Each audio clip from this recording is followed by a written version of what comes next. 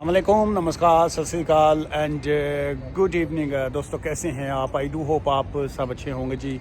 आज का ये जो व्लॉग है ये मैं नाइट टाइम से स्टार्ट जो है ये कर रहा हूँ, चूँकि ये लाइटिंग बहुत अच्छी लग रही है। लेकिन इसकी जो वीडियोस हैं या ये जो आपके इमिग्रेशन के सवालात हैं इसको मैं कल की वीडियो में मैं शामिल करूँगा। फ़िलहाल ये सिर्फ ये लाइटें देख के जो है मूँह 'च पानी आ गया तो मैं क्या तुहाडे नाल मैं लाइटां शेयर करा, आप भी देख सकें कनाडा की ब्यूटी जो है वो क्या है। Happy birthday to you.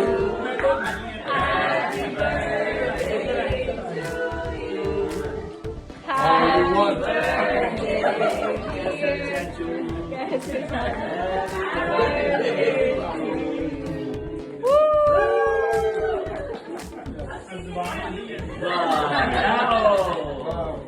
चलो उधर बैठो सारे।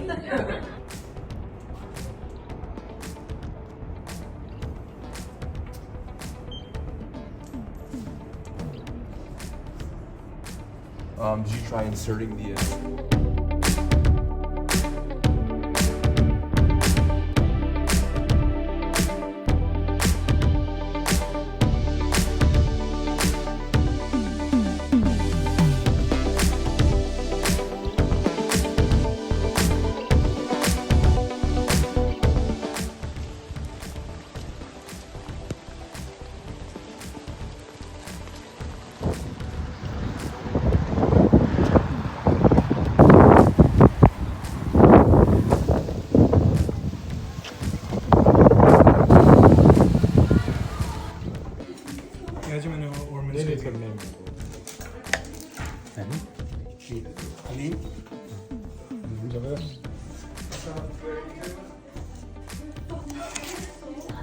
खाने से पहले बनाते हैं। मैंने बना ली, मैं भेज दूंगा। उस वक्त रश बहुत था।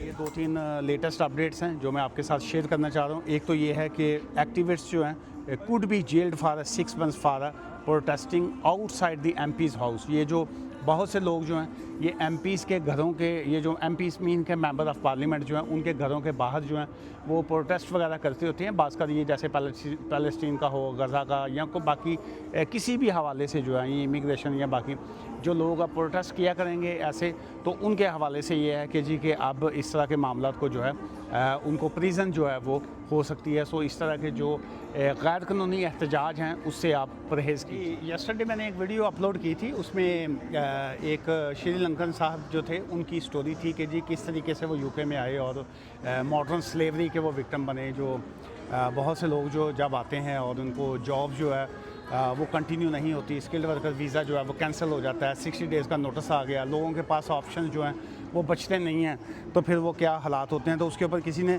कमेंट्स किए हुए थे जी कि 90% of skilled worker are in the same situation कि जी कि वो मॉडर्न स्लेवरी के ही एक्चुअली विक्टिम है। लेकिन अनफॉर्चुनेटली वो मॉडर्न स्लेवरी के केसेस की बजाय जो है वो असाइलम के केसेस कर देते हैं। सो उनको जो है प्रॉपरली लीगल एडवाइस लेके काम करना चाहिए। बिल्कुल आपने ठीक कहा जी। अच्छा, फिर उसके बाद एक और साहब ने नीचे कमेंट्स किए हैं कि it's a UK government and UK immigration is a responsible for this situation, कि जी इस सिचुएशन के वो ज़िम्मेदार हैं। मैं ये समझता हूँ कि नहीं, इसमें यूके गवर्नमेंट या इमिग्रेशन का तो कोई ना इश्यूज़ है, ना कंसर्न्स है, ना उनकी कोई रीज़न्स हैं। प्रॉब्लम क्या है जो मैं ये ज़ाती तौर पे समझता हूँ कि इस प्रॉब्लम की असल जड़ जो है, बोन ऑफ कंटेंशन जिसको कहते हैं ना, फसाद की जड़ जो है वो ये है कि लोग वीज़ा ख़रीदते हैं। और जितने लोग जो जेन्युइन जॉब के ऊपर आए होते हैं, जिन्होंने, अब आप ये मत कहिएगा कि जी कि जेन्युइन जॉब्स तो मिलती नहीं है तो फिर क्या करें। जेन्युइन जॉब्स नहीं मिलती तो फिर ज़ाहिर है नहीं आना चाहिए। और जब आप वीज़ा ख़रीदते हैं तो फिर वहाँ पे आपको डाउट तो रहेगा, तलवार तो आपके सर पे लटकती रहेगी कि जी एनी टाइम जो है वो वीज़ा भी कैंसिल होगा और एनी टाइम जो है वो कंपनी भी कैंसिल होगी, लाइसेंस भी रिवोक होगा। सो इसलिए मैं ये समझता हूँ कि गवर्नमेंट रिस्पॉन्सिबल नहीं है, ना इमिग्रेशन डिपार्टमेंट रिस्पॉन्सिबल है, ये हम लोग ख़ुद रिस्पॉन्सिबल हैं जो वीज़ाज़ इस तरह के बेचते हैं और जो ख़रीदते हैं, और ये दोनों कंडीशन में ये क्राइम है।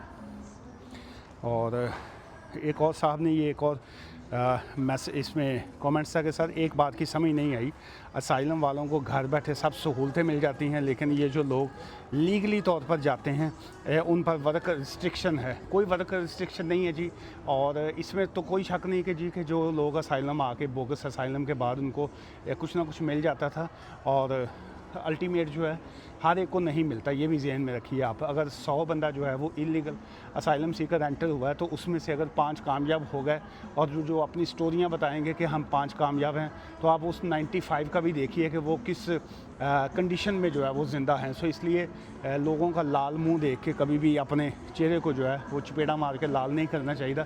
हमें देखना पड़ता है कि हालात जो हैं वो कहाँ पे खड़े हैं। और सेकंड ये रह गया कि जो लीगली एंटर होते हैं उनको तो काम की ऑब्वियसली इजाज़त होती है, लेकिन लोग जो है सिस्टम को जब अब्यूज़ करते हैं, मिसयूज़ करते हैं, तो फिर ऑब्वियसली इसी तरह की जो है हालात होते हैं। जी, बेनिफिट्स के हवाले से मैं आज एक क्या कहते हैं आर्टिकल में एक देख रहा था, तो उसमें यह है कि ये जो मोबिलिटी के ऊपर लोग होते हैं, ये जो डिसेबिलिटी की वजह से जो गाड़ियाँ जो है जो उनको दी जाती है, तो ट्रांसपोर्ट जिसको कहते हैं, उसके हवाले से उसमें यह था कि उसमें भी चेंजेस जो हैं करना चाह रहे हैं वो रूल्स में कि जी के जो एक्सपेंसिव गाड़ियाँ हैं, जो जैसे मर्सिडीज़ दी जाती है और BMW भी है, उसमें जो उसको वो चाह रहे हैं कि जी कि ये एक्सपेंसिव गाड़ियों की बजाय जो है अगर कोई क्लेम करते हैं गाड़ी के लिए जो है, तो उसको जो है नॉर्मल गाड़ियों की तरफ जो है वो लेके जाया जाए।